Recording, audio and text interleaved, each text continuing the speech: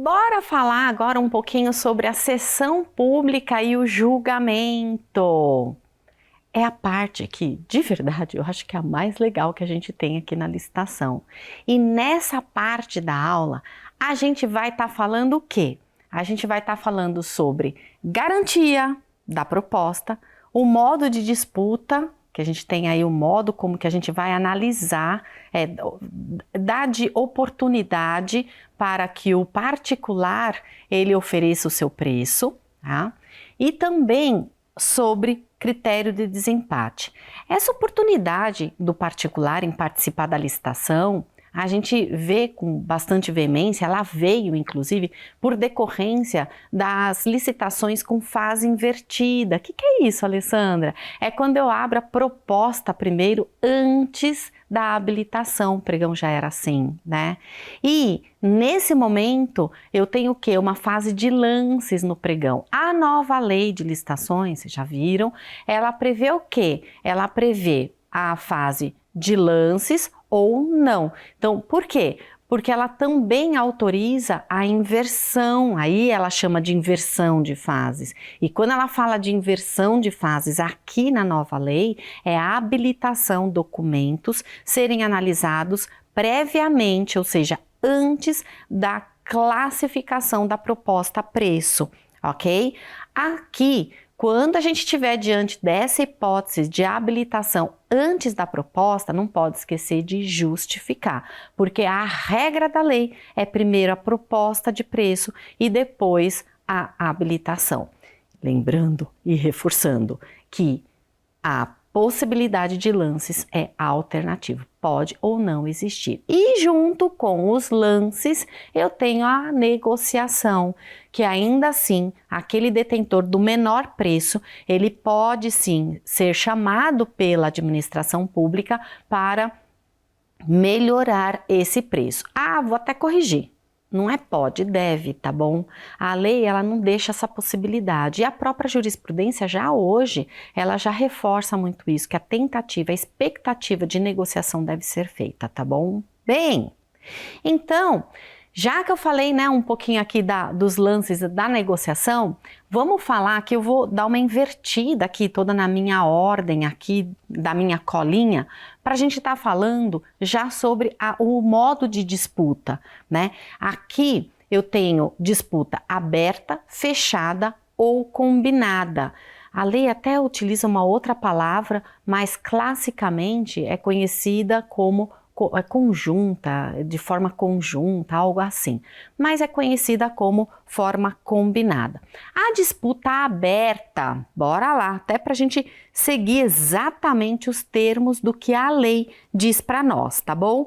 A disputa aberta é aquela, olha, licitantes apresentando as suas propostas por lances públicos, sucessivos e seja tanto na forma decrescente quanto na forma crescente, tá bom? Isso é disputa aberta. É muito clássico a gente ver a modalidade pregão, é clássica nesse sentido, né? Ainda que a gente não tenha isso muito claro aqui na lei 14.133, né? Dizendo se essa é a única forma adotada para o pregão, parecendo que para a concorrência também isso é possível, mas é aquela forma clássica de quem já aplicava na administração pública para a modalidade pregão, tá bom? A disputa fechada.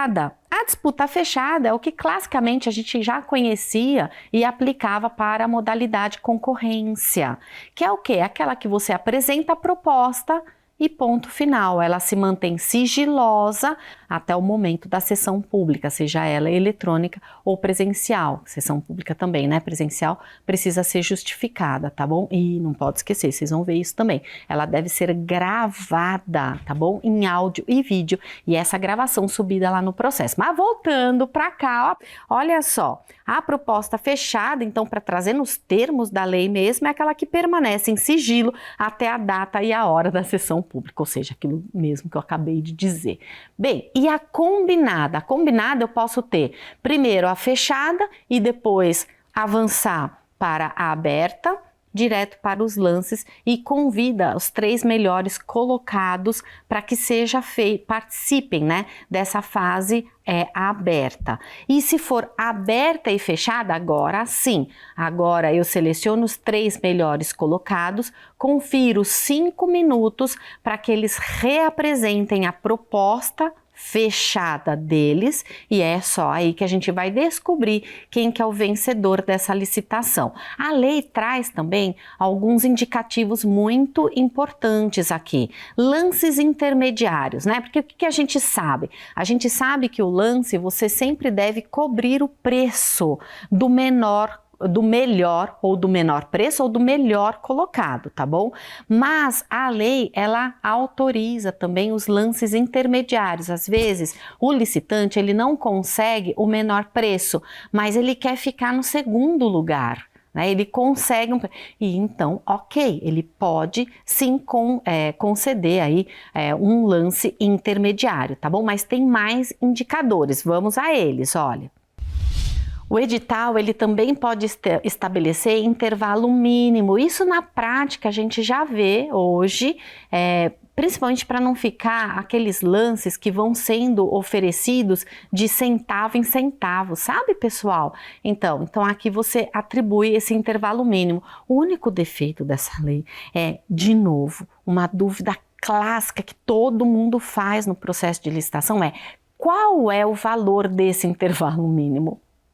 Ainda continuamos sem saber. Vai dar a experiência de cada um e a depender da musculatura, digamos assim, do valor empreendido naquele objeto de licitação que você está trabalhando, tá bom? Que mais? Ainda tem mais outro indicador quando a lei fala sobre os lances, que após a definição da melhor proposta, se a diferença em relação à proposta classificada em segundo lugar for de pelo menos 5%, fica autorizado reabrir a fase de lances, tá bom? A fase aberta de lances. Seria basicamente isso, né? Então, quando a gente sai, aqui eu inverti um pouquinho a ordem aqui da minha colinha, né? Quando a gente sai ali da questão dos lances negociação para entender o modo de disputa, agora sim, a gente vai falar sobre a garantia e na sequência sobre as formas de desempate na licitação. Então, olha, permanece a garantia para licitar. Isso permanece, já era assim na lei anterior, isso permanece na lei 14.133. Inclusive, como opção do contratado, escolher por qualquer uma das modalidades de garantia admitidas na contratação, que é o quê? É o seguro-garantia, fiança bancária ou a caução. E a lei traz aqui o descritivo para cada uma delas, né? Então, bora lá. Caução em dinheiro ou títulos da dívida pública que são emitidos de forma estrutural mediante registro em sistema centralizado de liquidação e de custódia autorizado pelo Banco Central do Brasil e avaliados por seus valores econômicos conforme definidos pelo Ministério da Economia. Seguro-garantia. Aqui, olha, se o contratado optar por esse, um indicador interessante na nova lei é que o edital deve fixar o prazo mínimo de 1 mês para que o contratado ele preste essa garantia. E esse 1 mês é contado da homologação da licitação e logo depois da homologação e antes da assinatura do contrato, portanto da adjudicação ou retirada da nota de empenho, não da adjudicação, ainda depois, mas antes da assinatura ou retirada da nota de empenho correspondente ou do instrumento substituto do contrato, tá bom? Então isso é um indicador que a nova lei trouxe aqui para o seguro-garantia. E a fiança bancária, olha lá, emitida por banco ou instituição devidamente autorizada a operar no país pelo Banco Central do Brasil. Com relação à garantia, ela traz alguns indicadores aqui também.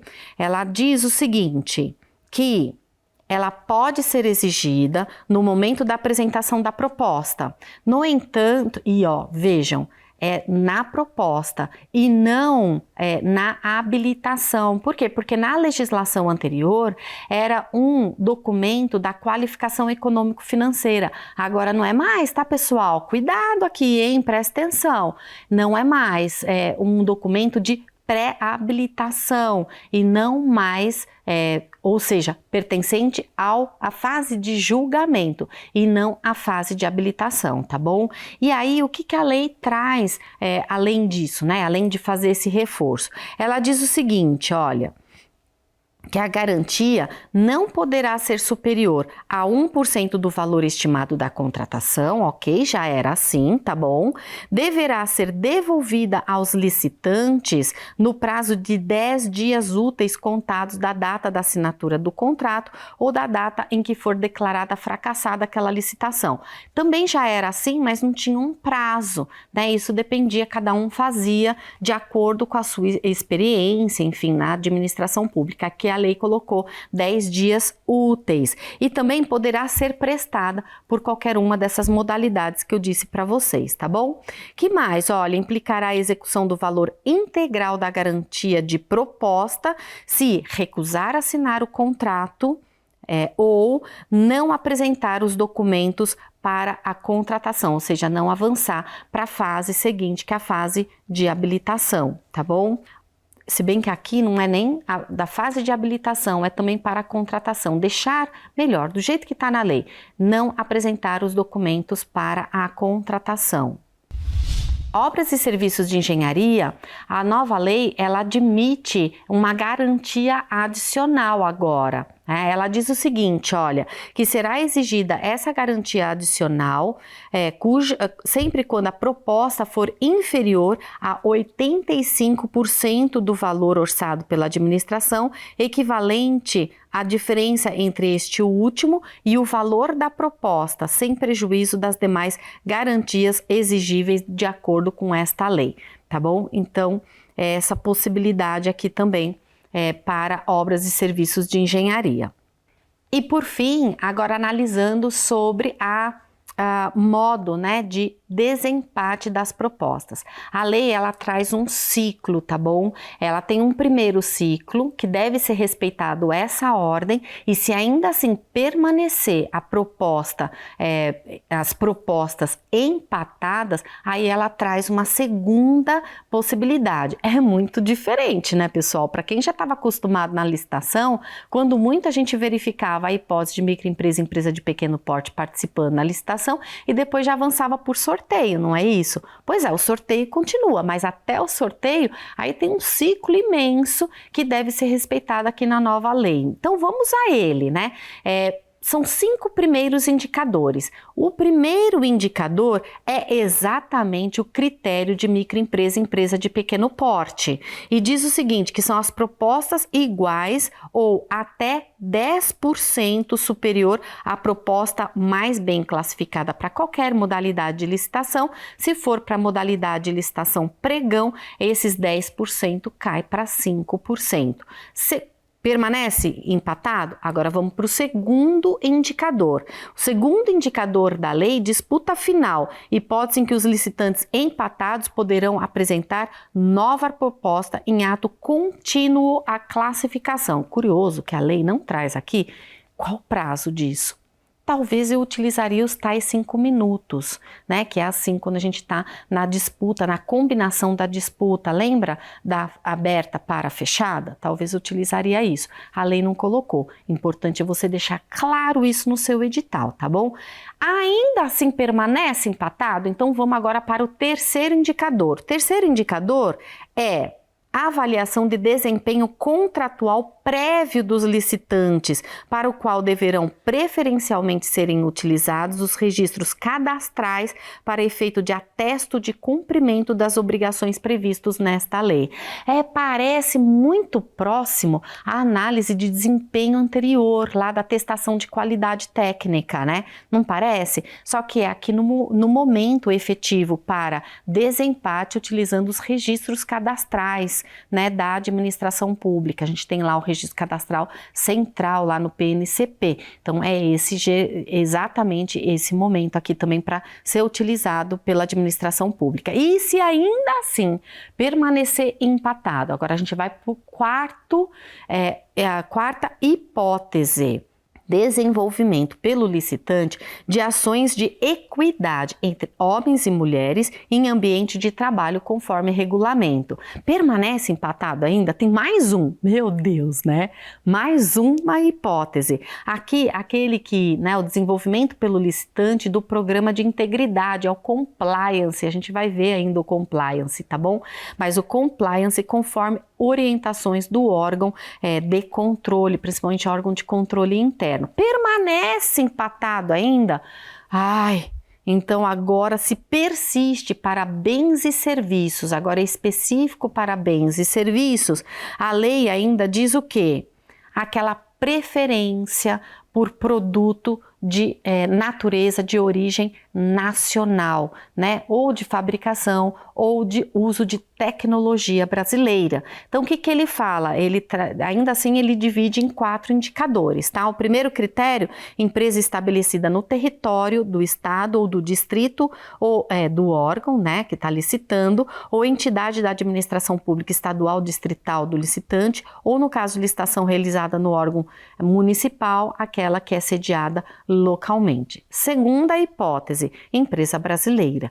Terceiro critério, hipótese, empresas que investam em tecnologia e desenvolvimento de tecnologia no país, que investam em pesquisa, tá bom? Pesquisa ou desenvolvimento de tecnologia no país. E o quarto é a empresa que aprove a prática de mitigação dos efeitos da legislação do clima, né, ambiental, né, a lei do clima, que é a lei 12.189 de 2009.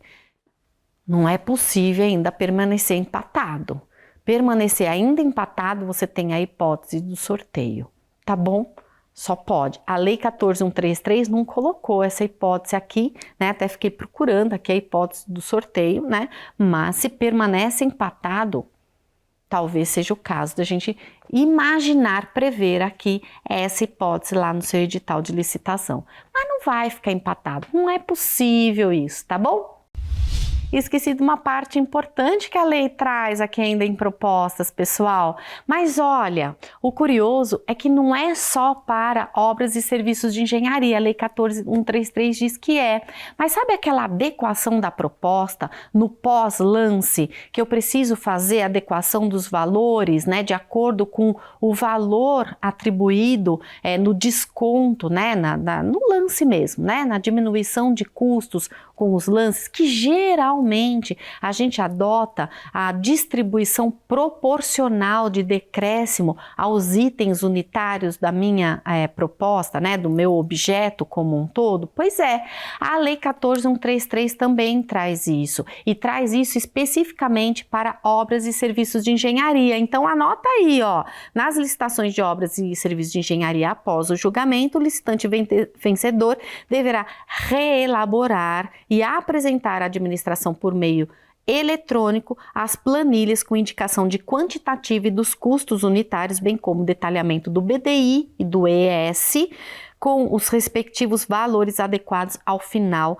da proposta vencedora. Fica admitida aqui os preços unitários no caso de empreitada a preço global, empreitada integral, semi-integrada e contratação integrada, exclusivamente para eventuais adequações indispensáveis ao cronograma físico-financeiro e para balizar excepcional aditamento posterior ao contrato. Bom, a gente já sabia que isso já é uma prática comum, mas tem essa ressalva aqui específica para obras e serviços de engenharia na lei 14.133. Agora sim, fui. Bom, era isso que cabia aqui dizer nessa parte da aula. Bons estudos para você!